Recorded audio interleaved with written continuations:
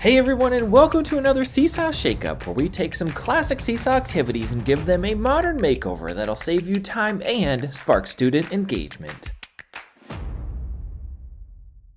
For today's Shakeup, we are doing a speed run in how to quickly replace the actual camera icons with frames, which allow students to click and replace their content in a matter of just seconds. So what we're going to start with is actually just clearing out this that we have here. These are separate items, so I can simply just right-click and delete them. If they were something that was embedded into the background, you could also just put in a shape and cover those up if you want to as well.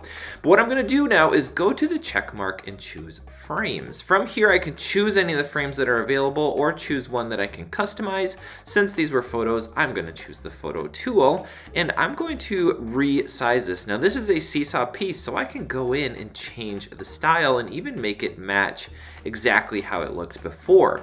If I want to, I can also go in here and edit the directions by going to choose edit frame and directions as well, just to make sure that it matches exactly the content that I want. So I'm going to resize this a little bit and then duplicate this by just going copy paste. We're going to do one there and we're going to do one more on the edge.